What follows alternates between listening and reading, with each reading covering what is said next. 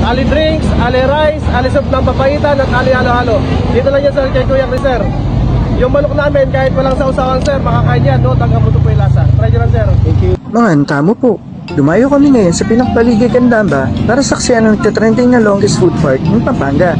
Totoo nga, ang dami mong pagpipilian, mapapagkain, mapatusok foods, mga damit, laruan, pati na rin rides para sa mga bata at nag-iisip bata ay meron din. Isa pang napansin ko, ang daming gwapo at magaganda rito sa Pampanga.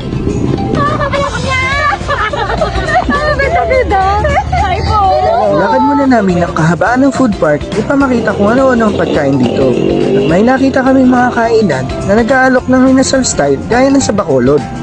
At talaga naman mala-blockbuster din ang pila, halos karamihan ng kainan dito. May mga only drinks, only rice at may halo-halo pa.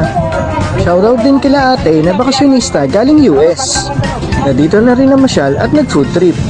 Ito ang food park na hakot the best dahil halos nandito na lahat, mapakainan at palaruan. Nafe-feel mo rin pala rito ang amoy ng bukid at preskong hangin. Bumili na nga muna kami ng lemon at buko juice para medyo healthy bago ako sumabak sa isang digmaan ng kainan. Umorder kami ng grilled tuna belly na only rice at only drinks. Grilled chicken barbecue na only rice and drinks din. Pinakpaligay Food Park is open from 3 PM to 9 PM.